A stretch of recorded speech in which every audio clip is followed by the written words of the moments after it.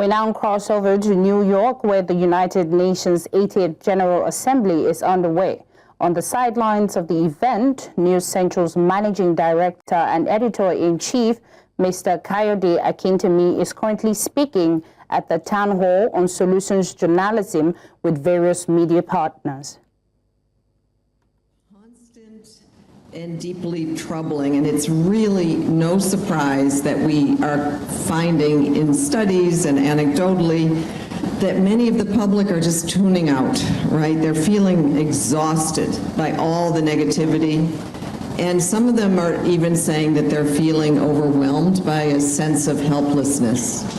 But journalism doesn't have to be a consistent drumbeat of doom and gloom.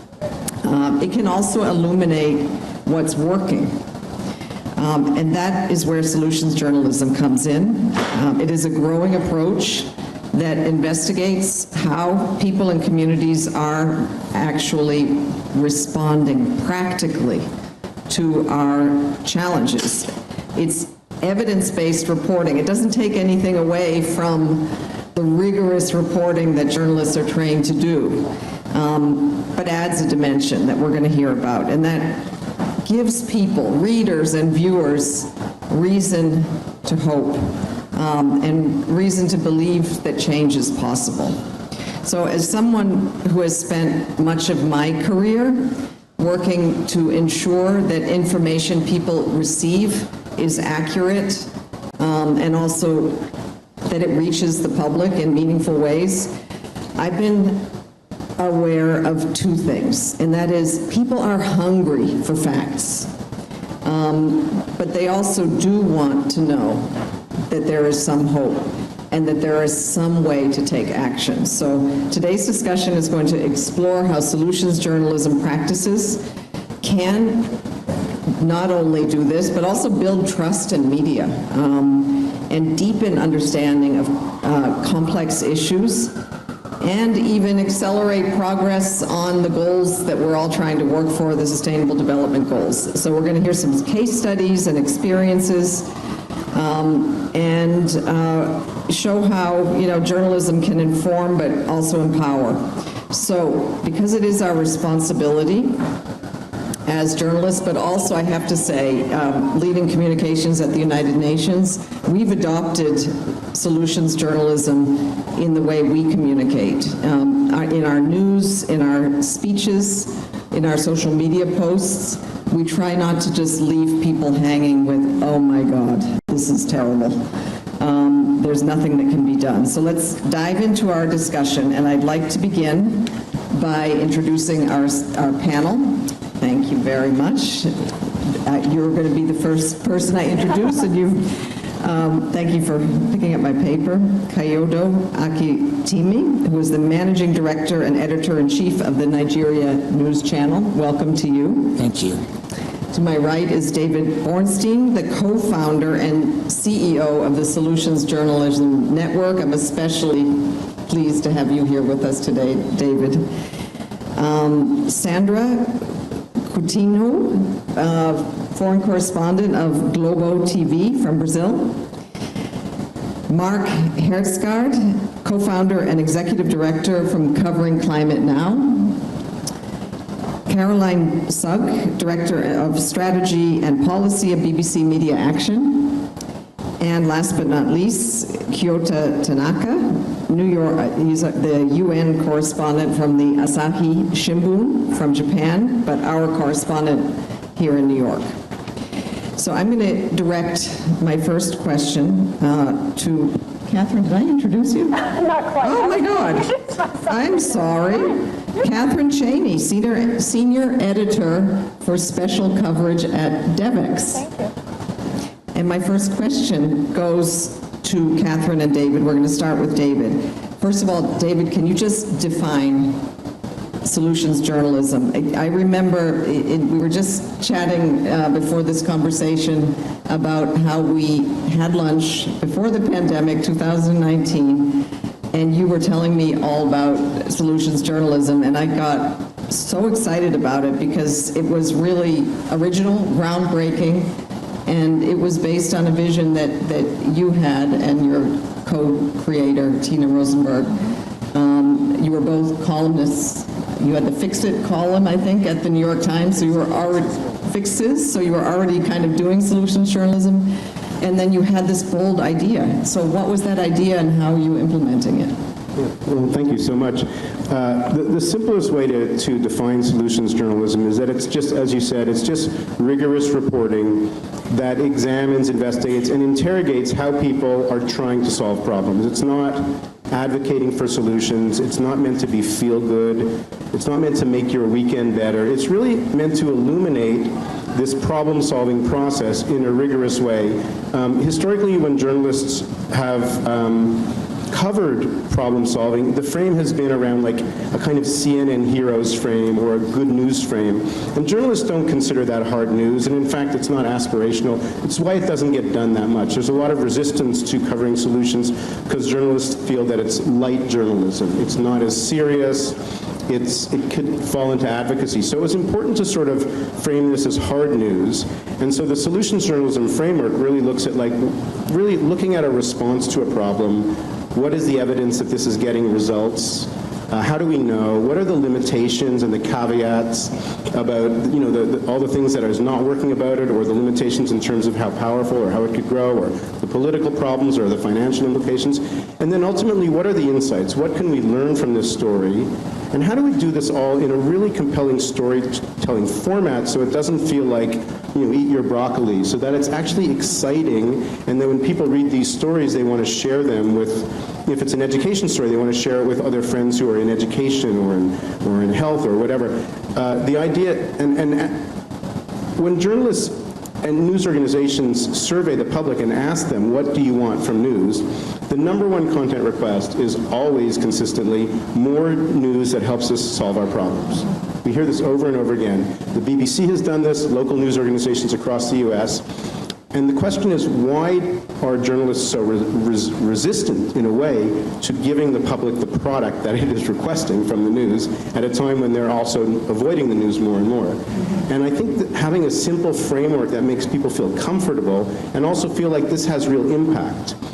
Journalists feel like there's a phrase in America, sunlight is the best disinfectant, and it animates a lot of journalists. And the idea that our job is really to kill the germs. We're supposed to keep society clean and healthy by rooting out the bad apples. And that's how journalism works. That's how we have impact. We find bad stuff and we expose it. But that only works when the institutions are basically sound and healthy and they're working, and we just need to keep them clean and healthy. With an issue like climate change, we have to reinvent institutions in every sector. You need new ideas, and that's where you need to be covering people who are innovating, who are trying new things. And that has to become part of the knowledge sharing of the world so that we can all get smarter together faster. And journalism has an absolutely crucial role in telling that story. Thank you. So it does actually change the whole landscape of what people would read or see or view. It wouldn't only be exposing the problems of our society and the bad guys, but actually showing what is actually working. Very much. And if I could add one more thing, the question that I think is very important for any editor or journalist is what is missing right now from the public's consciousness in our community or whatever that's preventing us from solving a problem. In many cases, there's not enough awareness, there's not enough outrage, there's not enough anger, there's not enough political will. That's often true. In a lot of cases, there's not enough agency. People don't know what to do. There are better ideas elsewhere that they haven't even heard of. So the question is what's missing awareness about the threat, or is what's missing agency about what to do about it? And journalists have different tools that they can use to address those different needs. Thank you. Catherine, I know, you work at DevX, but I believe you're also associated with the Solutions Journalism Network. Is there anything you'd like to add? I'd love to, yeah. I think solutions journalism is a powerful approach across every beat in every region, but I especially believe in its importance when it comes to issues like the SDGs. which is why for about a decade now, I've worked with DevX. I've also worked with the Solutions Journalism Network because I really believe in taking a solutions journalism approach to covering the kinds of issues we cover at DevX, which is climate, but also global health and global development challenges, really the entire SDG framework. I believe in taking that approach and also working with journalists and institutions to take up that approach. At DevX, our motto and our mission is do good, do it well. And everyone at DevX might take that approach differently, but to me, the most effective way to help our audience of global development professionals do their work more effectively is by highlighting what's working. So we really try to take a solutions journalism approach, highlighting what's working in a rigorous way in efforts to address our global challenges. And something David once said that has really stuck with me is that when you start to take a solutions journalism approach, in these 4 pillars, response, evidence, limitations, and insights, I'm really energized by the insights aspect of this. When you start to take a solutions journalism approach, you almost become, I'm borrowing your analogy, like a bee pollinating ideas from one place to the next. And I think we are doing a disservice, we as journalists, to the world when we let those kinds of stories go untold, stories about what's working. When we start to tell those stories, those successes can be replicated place to place. And I think DevX is the kind of platform that can do that uniquely well because we have a dedicated audience of global development professionals. And it's our job, yes, to cover wrongdoing and what's wrong, but our audience, by and large, understands the problems. We need to show them how people are responding and really tease out those insights so that they can apply it in their work. Thank you so much. I mean, it sounds like journalism is redefining itself.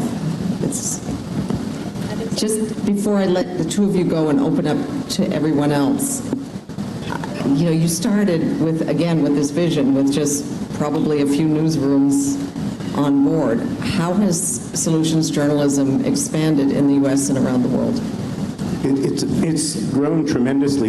Our network, the Solutions Journalism Network, we've engaged with about 80,000 journalists around the world. We track solutions journalism in a database from over 2,000 news organizations.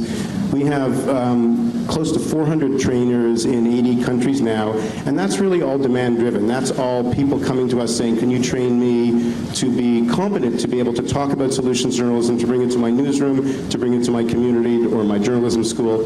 So it's not really, our organization is really a very small part of it right now. It's really very much a global movement, and it's a lot of younger journalists who are reinventing new media structures in an age where no one can say what the news is going to look like 10 years from now because everything is being reinvented in media so quickly. Thank you, David.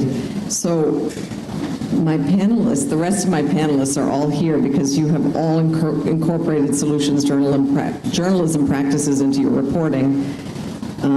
I would like to now open the floor, and I'm going to first start with Kayode, next to me, again, Managing Director, Editor-in-Chief of Nigeria News Channel. How have you integrated solutions journalism, and do you have any example of maybe a story, or and why is it viable, and is it working for your audiences? First, I'll say thank you very much, Melissa. This is a great platform for us to have this conversation. When it comes to solution journalism, it's similar to one of the things that I've been a very strong advocate of for the last 25 years around the continent of Africa. But before I dig into that, the first thing I will say is solution journalism is something that journalists around the world have to be able to practice at one point or the other in their lifespan as a journalist. But here is the way I usually start when I have conversation like this. You cannot find solution if you don't know what the problem is. You have to identify and then understand the problem. Every time we have conversation around Africa, we say that the journalists from the West, they tell a single story about Africa and about Africans and so on and so forth. And I always say that they don't understand your problems. And when you don't understand what the problems are, you cannot think of solutions. And the way you do your reportage, your reporting, will be skewed based on your limited knowledge or understanding of the problems. So you can't find solution to it. Now let's bring it back home. hence accuse Western journalists of not understanding our problems, and for that reason cannot help find solutions to these problems, and their coverage and reportage of what's happening on the continent is skewed in a way that we're saying is not right, is not good, is not fair, is not balanced. Then what are we doing to understand our own problems? And weirdly enough, a lot of African journalists also don't understand what the problems are, even in their own domain. So it makes it almost impossible for them to think of solution. So the premise that I always say, let's start from is, can we please understand what are the problems? The problems of Africa is hydra-headed. It goes from education to health, to developmental issues, to government, to governance, to policies that guide everything, to the procedures, and so on and so forth. So on the continent of Africa, then, I am a strong advocate for developmental and solution journalism, which means that in our organization, News Central, where I work now as the editor-in-chief, I'm consistently asking my journalists, don't go out and cover a story until you understand it.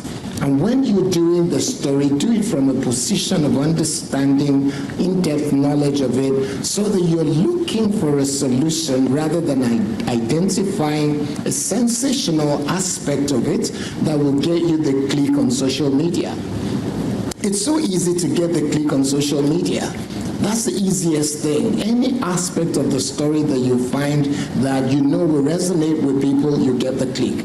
But if you're looking for a way to create a development of any environment or any nation or any state, then you're going to have to work on these are the problems, these are the solutions, and let the people speak for themselves, because they are the one that, if you say you have your finger on the pulse, they are really the blood of the continent.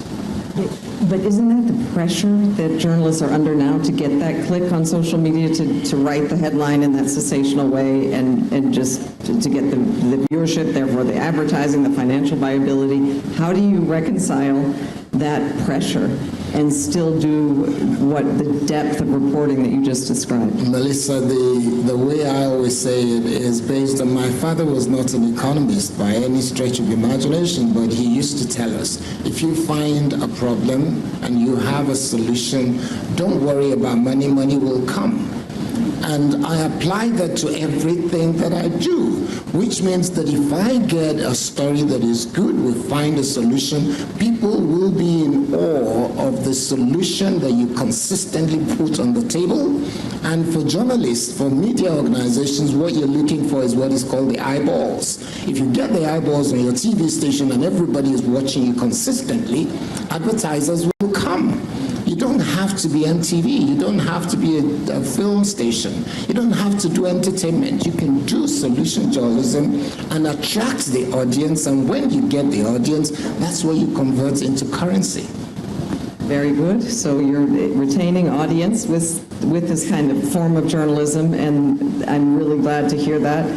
And I would like to ask now another from another continent, all the way over to Brazil, Sandra Coutinho, foreign correspondent of Globo TV, but you're a correspondent here.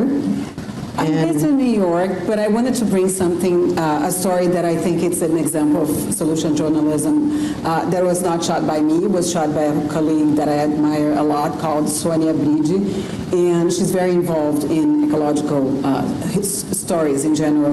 And in 2023, there was this big crisis in the Yanomami indigenous reservation in Brazil due to illegal miners. They were contaminating the rivers. So there was this famine. They hadn't anything to eat. 80 indigenous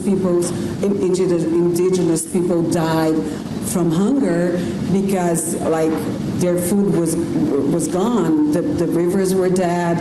They were disposing mercury in the rivers, and so the fish were dying. And then we discovered that 80 indigenous people died during I think in 6 months. And then in 2023, she flew all the way there. It's the largest indigenous reservation in the world. It has 74,000 square miles in the north of Brazil, in the Amazon. And it was one of those stories that it's a make or break. Some people would go like, oh, I don't care about those indigenous peoples. I don't care about all these ecological stories you tell. But it was told in a so humane way.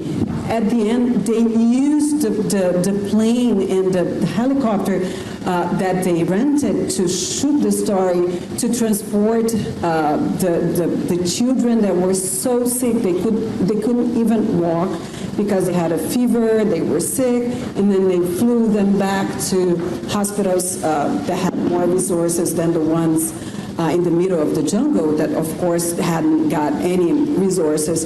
And then it was a really big story in a newscast on Sunday night in Brazil. But it was like one of those stories that people could pay attention or not, because it's hard to identify with the story so far from you. And then 2 years later, it was during the Bolsonaro government, and then the government changed. But anyway, 2 years after that, they flew there again. And what they found was almost the opposite. I mean, it's just a solution that happened because they shed light on it, because people saw it. And even governmental agencies that should have been involved from the beginning in the problem were like now receiving a lot of pressure from the society. You have to do something about it. And then, 2 years later, which was like 2 months ago, they went back there, and not everything's perfect. Of course, not all the illegal miners left, but like life is coming back to the rivers. People are like having fish to fish again. They're starting to eat again.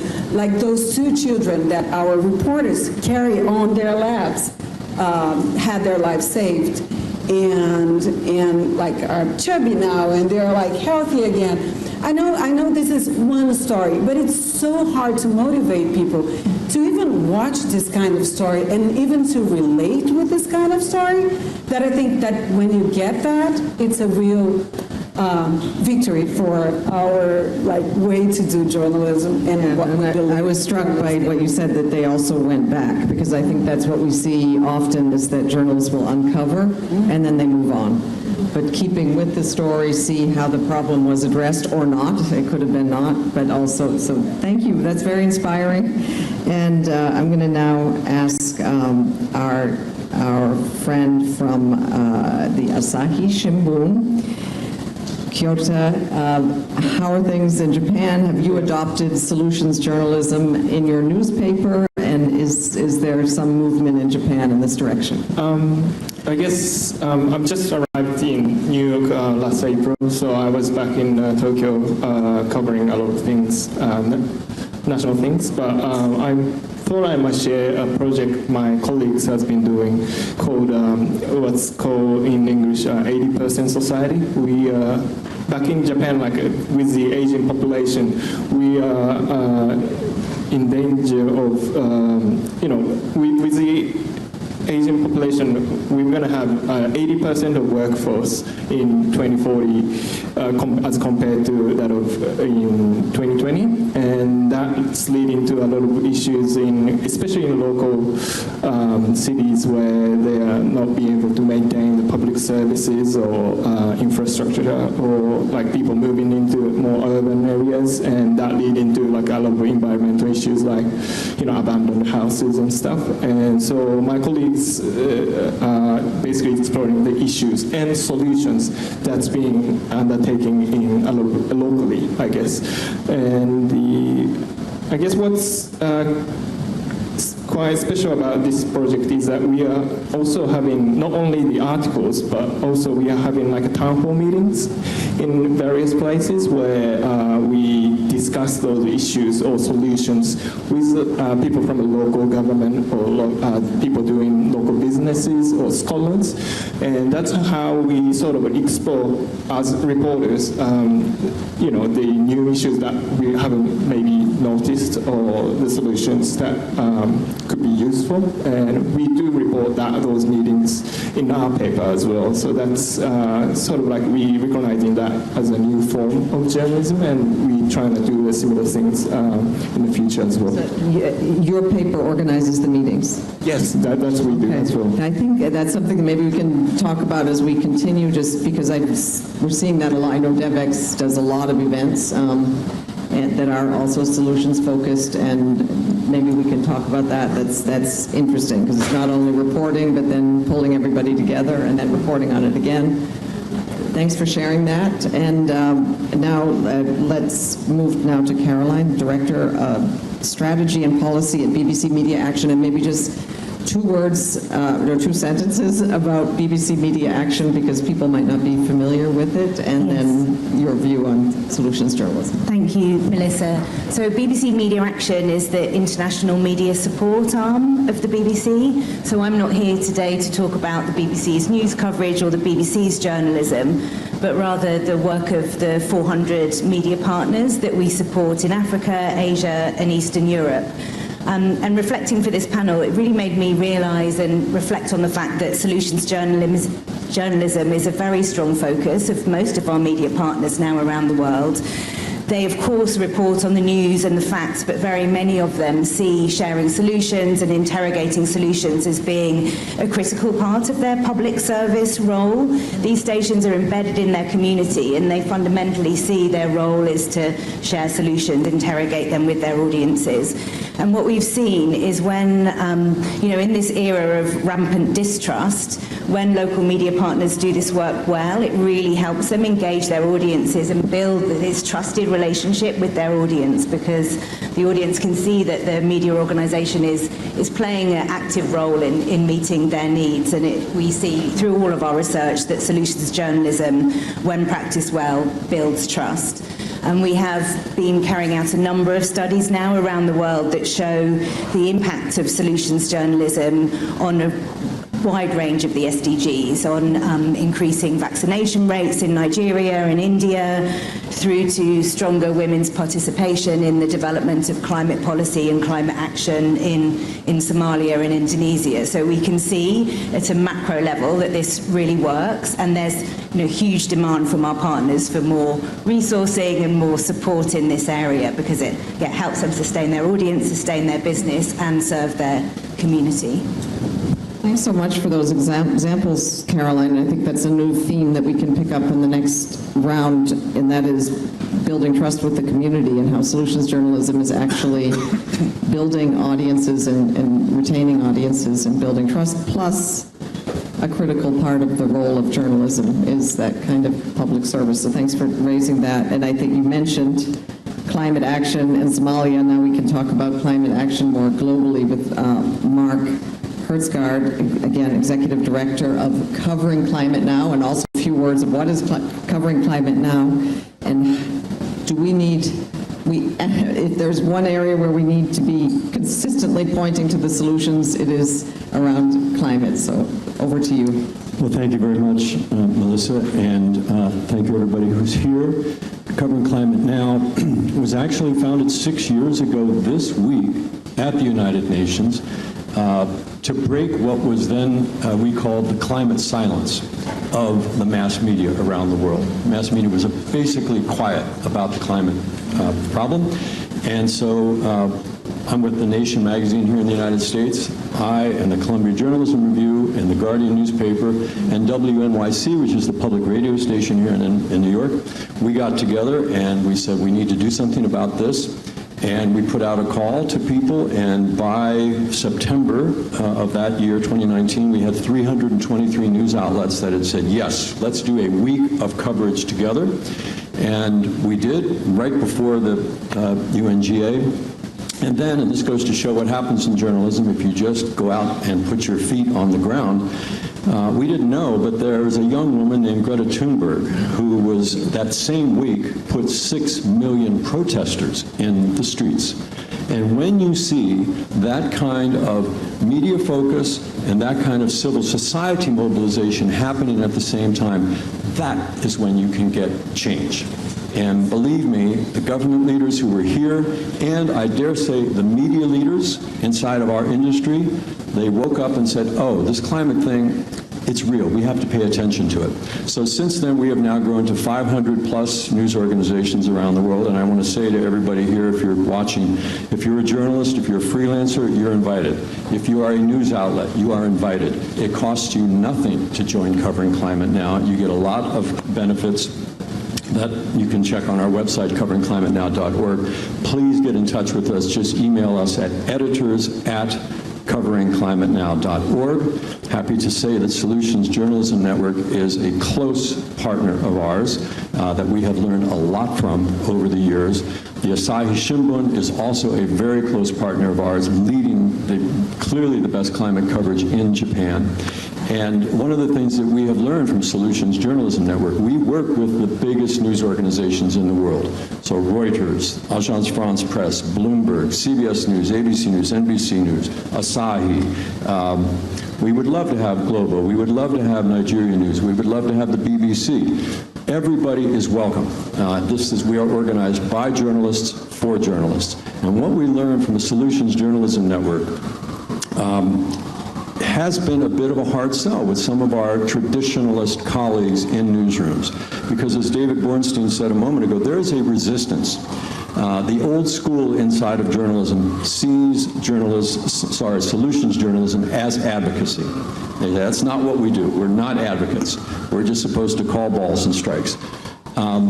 And at Covering Climate Now, we think that there's actually a way to bring that old mentality together with the new mentality that David described, which is, yes, we of course have to cover a problem like climate change, but you have to tell the whole story. And if you're only talking about the problem, you're not covering the whole story. You have to talk about the problem and also the potential solutions. And notice what David said. He said you interrogate the solutions. Interrogate the solutions. So any hard-boiled, old school journalist, and I've been in this business a long time, if you hear that and you're still not open to solutions journalism, the problem's with you. It's not with the approach of solutions journalism. We're talking about rigorous, fact-based reporting. And by the way, interrogating solutions also includes calling out the false solutions. And believe me, on the climate beat, they are numerous. So expand our idea about what journalism means. And I'll finish by saying that we think that actually more and better climate journalism is itself a climate solution, because until people understand what the problem is, but also how you fix it, you're never going to be able to get the kind of public pressure on governments, on businesses, on stakeholders throughout the society that is necessary. We have a project right now that Asahi is very involved with called the 89% Project. We started breaking this story in April, which comes from the fact that the latest social science, I've been covering climate change for 30 years, this is perhaps the most surprising story I've ever come across. 80 to 89% of the people on this planet want their governments to do more about climate change. But here's the kicker. That's an overwhelming majority, 80 to 89%. If any, and correct me if I'm wrong, my fellow journalists here, if we're covering an election and one candidate wins by 60% or 65%, we call that a landslide. This is 80 to 89%. This is a super landslide of people around the world who want this. And yet, the kicker is they think they're the minority. They think they're not 89%, they think they're 29%. And that's because they are not hearing through us, through the mass media and through social media, that message. This is the greatest triumph of the disinformation campaign that Big Oil, the lies of 40 years of Big Oil lies, they have convinced the world that we are polarized, hopelessly polarized on this. So polarized, we shouldn't even bother talking about it. It's impossible to solve this problem. That is a won't use the word that comes to mind. That is a lie.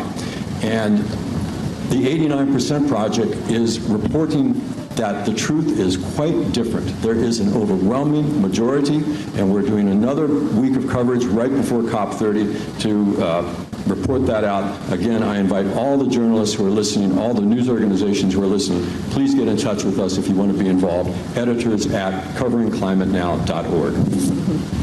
Thank you so much, Mark, and also thank you. You make our job much easier, too, when we launch reports.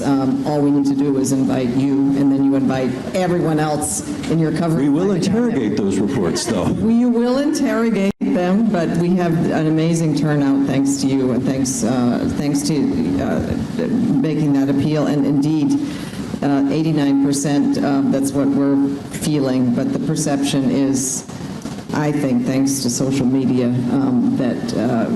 that there's certainly not anywhere near a majority who want climate action, and there's a lot to do on that front. But I want to circle back, and David, I'm going to ask you just quickly maybe to react to just what you've heard here. Is there anything that surprises you, or is there anything that you'd like to highlight from the round that we just did? Well, first of all, it's really encouraging to just hear the support for solutions journalism. And I guess the surprising thing, I mean, my surprise is that the public clearly wants information that gives them a sense of agency. We call it hope with teeth. Hope is important, but it's not a weak thing, hope. Hope is a strong thing. It's something that Rebecca Solnit said, it's something you use to break down a door in an emergency. It's a strong thing. And one of the things, I mean, thinking about the SDGs, one of the things that I also want to hit home with is the idea of, I'll just say it very clearly. I have, in the last 35 years, I don't think I read a story that said anything positive about USAID in the news. And that's journalism. And now we have an institution that has crucially important to millions of children's lives, to their health, that most of the American public had no clue what it was doing and that it was doing anything good. And most people actually, frankly, have a negative perception. Oh, it's another wasteful government agency.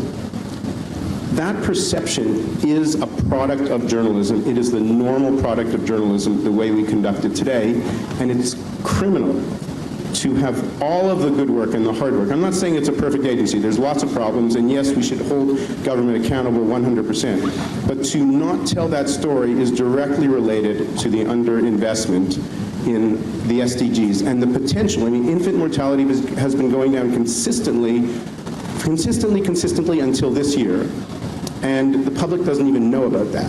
All of the good work of hardworking people in villages and communities around the world, that is not a story, according to journalism, because it might be advocacy to talk about someone that's doing something that's not awful. I mean, the whole thing is, I just want to put across how genuinely crazy this is, that we still keep this idea that this is helpful to the world. So. Can I just insert, and then I'd love to hear from Catherine, but I would say same goes for the UN humanitarian agencies who've just faced drastic funding cuts and have had to lay off thousands of staff, resulting in almost instant suffering in the same landscapes where USAID has now disappeared. Having been on the communication side of those agencies, it was indeed a struggle to get any coverage of the great work that we were doing to save lives and to reduce suffering until some problem came up. So, and just to add one other thing, I think journalists overestimate the power of shame to create social change and underestimate the power of just creating competitive pressures or even like FOMO.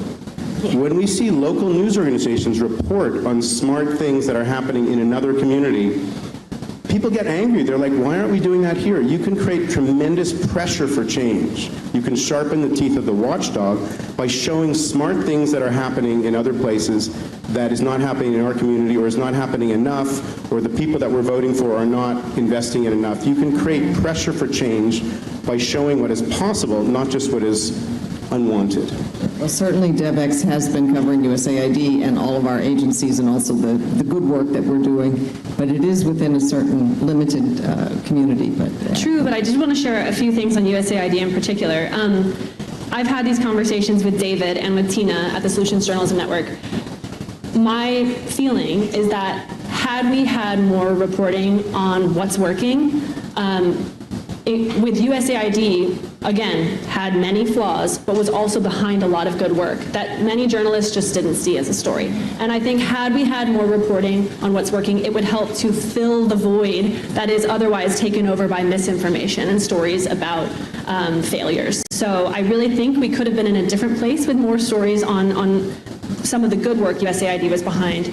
And that's part of why I have really appreciated the way that you, Melissa, have really championed solutions journalism. One point that I want to make is I think this is a powerful approach for journalists, but also something communications professionals should pay attention to. Communications professionals, especially working on these hard global development challenges, be willing to work with journalists who are looking to interrogate the problem. We continue to get press releases that really the story that communications professionals are trying to get us to tell are the CNN heroes type stories.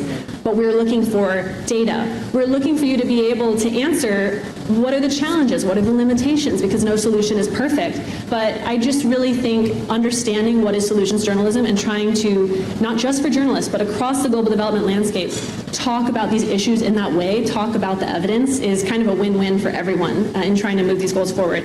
And then on the DevEx front, what I wanted to say is just in terms of a particular case study of how we're looking at solutions journalism. So we have been covering the dismantling of USAID very closely this year, and I'm very proud of our news team's coverage of it. But in addition to covering the devastating impacts, we're also covering how is the sector responding. And I'll just give one very specific example. DevEx had events here during UNGA Week. I lead our live journalism, so I really built out those programs. And we kind of use the fact that USAID was dismantled as the starting point for the discussion. Like, the beginning of the conversation is, as we all know, this happened earlier this year. The conversations then become, what are people doing now? So as a quick example, we had a session earlier this week where former USAID staffers stood up something called Project Resource Optimization, PRO. They have connected private donors who were asking, what do we do with data-driven solutions, effective programs that USAID was funding that were at risk of being shut down? And they connected donors with those programs through this effort. They had this short list of urgent and vetted projects. They shared some news on our stage about some money they've mobilized to get these projects funded for the next 12 months. But critically, the session didn't just promote Project Resource Optimization. We narrowed into, how did you do it? Tell us about the approach. What was the evidence that it worked? What were some of the challenges you faced? And then critically, what were some of the learnings that you had in setting up Project Resource Optimization? And I think there were learnings from that conversation for implementers who are in crisis right now, and for donors who are being asked to step up. Where do they find, things that they can support? And so I think that's just one thing I want to end with on USAID is, I wish we had had more reporting on some of the good work USAID was doing. I don't think we would be in the place we're in had we had more of that reporting. Now it's on journalists to look at how all of this important work continues. And it's not just USAID. Across the board, many bilateral institutions are stepping back. A lot of official actors are kind of moving out of this space.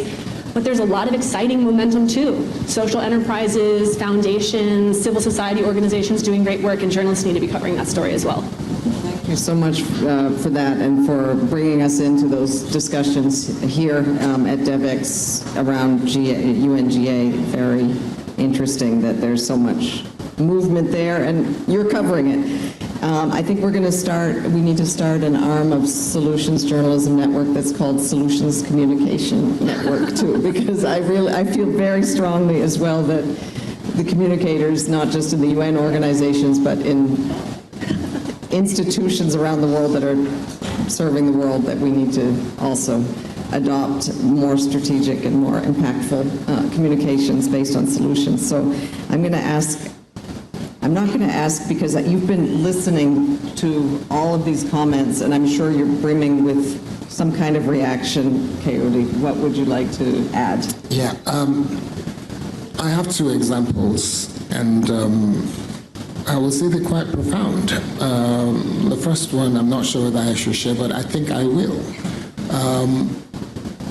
News Central, we had a number of challenges, or we had a number of reports that some horrible, horrible things are happening in the northeast of Nigeria.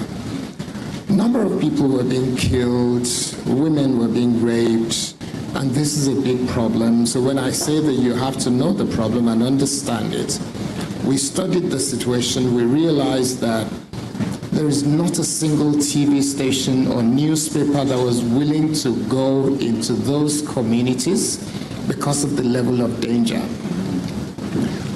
The Nigerian military will tell you that even us as military, we don't want to go there because the firepower and things like that makes it such that when we go, we have to go with serious arsenal and people. Now, one of my journalists, very brave young man, he said, MD, I can go. And I said, okay, fine, you can go. Who's going to be your cameraman? He said he will go alone. No cameraman, he will have his camera, he will have his mobile phone. And he did. And he went in there and he discovered that part of the problem is the fact that the military, their officers were colluding with the bandits and making it easy for the bandits to say nobody can come into these communities. He came back with video evidence, and we got to the point where we had to write to the Chief of Army Staff, Chief of Defense Staff, all the military people. We wrote to them and said, this is what is happening. We've got this documentary, exactly 27 minutes documentary, that is going to show everything. We need your response. So the first thing they did was to say, hold on, just hold on. Can we see some of it? We did share information with them. And then they went on to investigate and discover those military men that were doing this, and they said they were going to court-martial. They did. And when they court-martialed, they ended up removing those bad eggs from the military. I've had 2 interviews with the Chief of Defense Staff on the basis of the kind of work that we're doing. I know that we have only just about scratched the surface of finding solution to the problem in the northeast of Nigeria. Just scratch the surface. We've not been able to dig in deep. If every television station in Nigeria, and possibly even in Africa or the world, will say, let's go into those places and look for what the problems are, bring it out and share it, then we'll have a solution that would endure. The second thing that we've been doing is also the issue of town hall meeting. Even right here in New York, yesterday we got Nigerians in diaspora and we brought them into a place called Lagos TSQ, just around Broadway area, around Times Square. And we said, if you want a solution to the problem of Nigeria in terms of voting, what would it be? A lot of Nigerians in diaspora are saying, we send home over ₦1 trillion to Nigeria on an annual basis. We contribute to the GDP of the nation, despite the fact that we're not there and we're doing so much, but we cannot vote. If we cannot vote, then we don't have any influence on the direction of the democracy or the government, and we cannot influence policy because we don't have the voting power. So we pushed for this. We've been having town hall for the last 2 years that I've been in office as the MD, and we have pushed this agenda. Fortunately, the National Assembly, the Speaker of the House of Rep has taken up this mantle. He's running with it to some extent. They've had the second reading in the House, and we're expecting that hopefully before the end of the year they have the final reading and present to the President for an assent. And we know that that's only the beginning beginning, because when we cross that hurdle, we're continuing to say, town hall meeting, let everybody continue to talk about it and put the solution on the table. But that's only the first part of it. The second part will now be domesticating it and making it possible for people to vote. If you're in America, you want to vote as a Nigerian, this is where you go to, this is how to vote, or this is how you vote by proxy, or you vote by posting your whatever it is, or doing it online. So all of that will happen, but we keep saying, News Central alone cannot do this. Every television station, newspaper must push for this to lead to not just solution, but development of the country and of the continent. Thank you. Thank you so much. Well, it sounds like you've had a lot of effect in changing government policy by reporting, exposing, and then this new novel way of holding town halls. I mean, the idea of coalition building, I think that's what within journalism, Mark was, with his organization, maybe you can start a similar group in Nigeria that is like covering climate now. It's maybe covering northern Nigeria now, because it would be much more powerful. Thank you for sharing that. We'll be happy to collaborate with everybody. Oh yeah, and there was a call to action too, so you need to, you didn't mention climate change, but I know it is a problem in Nigeria. And it certainly is, thinking of the upcoming COP in Brazil, but Sandra, I just wanted to ask you, is there anything that really struck you about what was just being said in this round that you'd like to add? I was thinking that in countries like Nigeria and Brazil, education is a big issue. The journalists end up doing, like, people didn't realize that with the floods in Rio, the imbalance in the climate solutions were a big factor to them. And also vaccination campaigns and stuff like that. I think in the level of education that our countries have, I think instinctively we work in that sense to try and bring solutions to the communities anyway. I think especially in communitarian journalism, regional journalism, we tell people, go to this place to have a vaccination. Stop throwing garbage in the hills because it's going to flood your house. I think it's like we're coming from a place that it's so, like, the problems are so deep and so enrooted in the communities that I think instinctively we already do this kind of journalism because we're not talking to a very educated public. So we are constantly trying to remember people that we want to be part of the solution. We want to, and it's a big responsibility if you think about it, because you have to say the right things. And in this world with a lot of fake news and negationism around climate change, it can be a challenge. I think Global had a very important role during the pandemic, for example, because it had a government that was negating everything that was going on under our eyes and saying that's only a little flu, and we had to tell the population stay at home. That's not a little flu. We have to take care. You have to wear masks.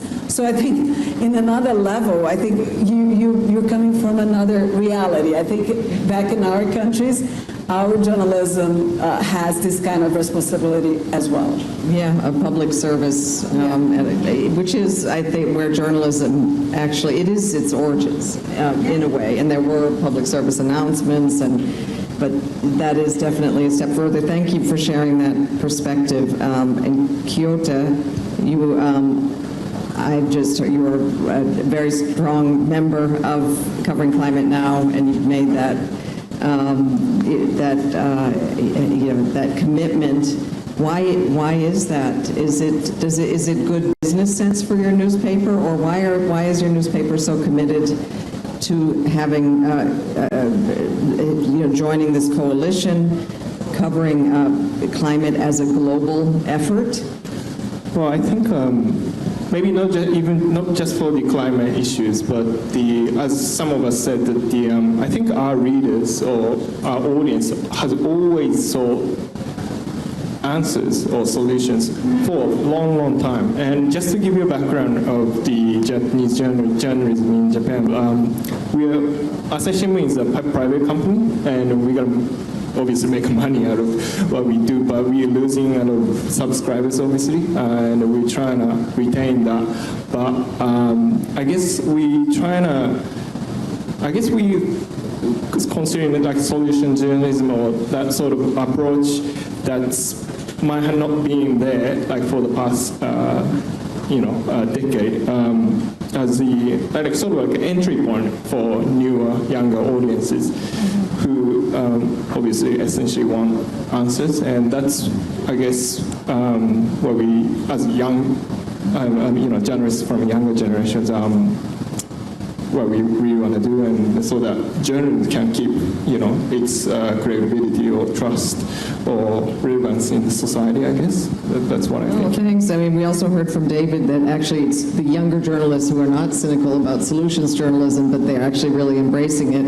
And you're saying your younger audiences want to see this kind of reporting, so that's quite inspiring. I'm going to have to. I already see my time is up, but I think Martina's letting me go, so we can finish our round. And Caroline, what would you like to say in response to everything you've heard so far? Thank you. It's nice to be able to reflect on the panel. I think a really important point's been made about the relationship between media and the rest of civil society, because I feel that when we can build trust between scientists, meteorological offices and the media, we're much better placed to do good solutions journalism.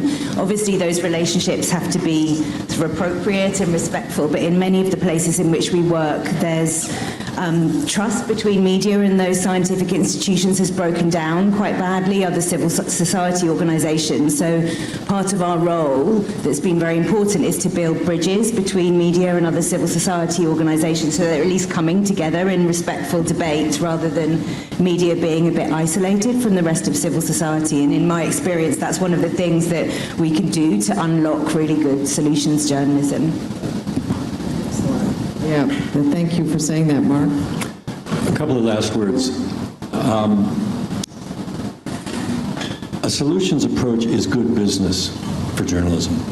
Journalism has a business model, traditional business model, that is in crisis. A lot of times when you all are complaining about what we're doing or what we're not doing, you're not bearing in mind that our newsroom staffs have been hollowed out because basically people aren't paying for news anymore, and because Google and Facebook stole a lot of our property, to be blunt. And one of the ways that we as journalists can respond to that is by focusing in on a lot of what we've been talking about today. So solutions journalism, the 89% Project on climate, those are great stories journalistically, but they're also really smart commercially. It might be the only thing that can save our bacon, because you talk about building trust. That's how you get people to read your stuff, to watch your content. And this is why we think the 89% Project is such a winning proposition, not just journalistically, but commercially. Because when you can say that there's 80 to 89% of the audience who wants climate action, that is not a sliver of your audience. That is not some marginal side. That is your audience. And if you are not speaking to your audience, guess what? They don't speak to you. If you don't show them in your coverage, they don't feel like that coverage is for them. But if you put their faces and their names and their quotes and their beliefs, not uncritically, but put them in your coverage, guess what? They're going to read your coverage. They're going to watch your news. And eventually, they might even start to pay for it. Although, as my colleague from Nigeria says, the advertisers will come once they see that the coverage is there. And by the way, that's why The Guardian, which is our lead media partner, that's why The Guardian, almost alone among news organizations today, is profitable. Because they have huge 88 million readers who feel like The Guardian speaks for them. And so even though you don't have to pay a dime to read The Guardian, they have huge numbers of people who voluntarily send money in. And as a result, then the advertisers want in and the philanthropists want in. It's a three-legged stool. So that's the way we go forward, I think, leaning into a solutions journalism approach, not uncritically, of course, at all. But there's a lot of ways that we can turn this around, but it requires us as journalists, as has been said by everybody, to break down this feeling like we're not part of civil society. We are part of civil society.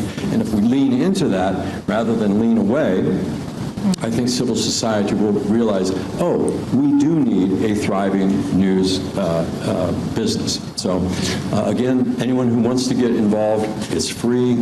Come join us at Covering Climate Now. Just email us at editors@coveringclimatenow.org. Repeat, that always works too. Thank you. Catherine, do you want just a final word? Absolutely. And then I'm going to conclude with David. I'll be very quick. We're talking about solutions journalism and the SDGs, and the SDGs framework may be more or less relevant in your lives depending on if you're actively working on these issues or not, but just to broaden this out, if you care about making progress on our shared global challenges, climate or any other global challenge, you should care about solutions journalism. I believe this deeply because when people don't see that progress is possible, they tune out. And if people tune out, we're not going to make progress on these issues. But when people see that there is a way forward and feel that sense of hope and agency, they tune in, they take action. So again, broadening this out. And I would hope we all care about making progress on these global challenges. Certainly if you're here in person or tuning in, you care. Then you should also care about solutions journalism, whether you're a journalist or not. When people see progress is possible, they tune in. I know, just last thing, because I know the Solutions Journalism Network is actually trying to demonstrate the business case, and you're showing examples of newsrooms who've actually increased their readership or viewership as a result of incorporating solutions journalism. Yeah, there's research, lots of independent research that looks at trust, alternative sources of revenues, engagement, and impact, that looks at the different ways that solutions journalism contributes to that. And I would add for a fifth impact, like I've been a journalist, for more than 30 years now. I do solutions journalism because it makes my life meaningful. When I think about the stories that I would sort of put on my tombstone after I'm gone, there are a couple of stories that I've written. One in particular about a Head Start program that had demonstrated how to be really helpful to children who had trauma, 4-year-old kids who were unable to learn, unable to make friends because of their trauma. They had developed a trauma-informed approach that was producing success. I reported on it in the New York Times.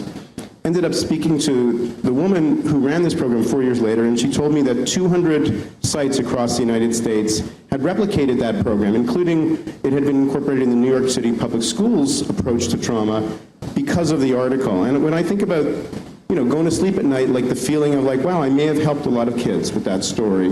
That's really, as a journalist, that's the most important thing to me when I feel about what gives my life and my work purpose. And I think that's really available to everyone who's a journalist. Well, that is a beautiful way to end this really enriching session on solutions journalism. Thank you, David, for sharing that. And I'm sure all of your journalism and all of your efforts are having tremendous impact, some seen, some unseen. Thank you for joining us. And this brings to the end our SDG Media Zone during the 80th UN General Assembly session. We have had in this SDG Media Building on the plaza at the United Nations headquarters, 5 days of incredibly insightful and engaging panels, conversations, stories, and certainly people. So I would like to thank all the participants for coming with their ideas, with their solutions, and for pushing the boundaries and working in everything that they do for the betterment of our world. I would especially like to thank our media partners from all over the world who are helping to amplify these conversations and truly make the SDGs a global call to action. We can have amazing conversations in here, but if nobody hears them or sees them, then that doesn't help us very much. So thank you so much to our media partners. And finally, it took a huge team, my team, to pull all of this together. but also the Public Foundation is absolutely essential, instrumental. We couldn't do it without you. Thank you so much for this incredible collaboration and for helping us bring this SDG Media Zone to life.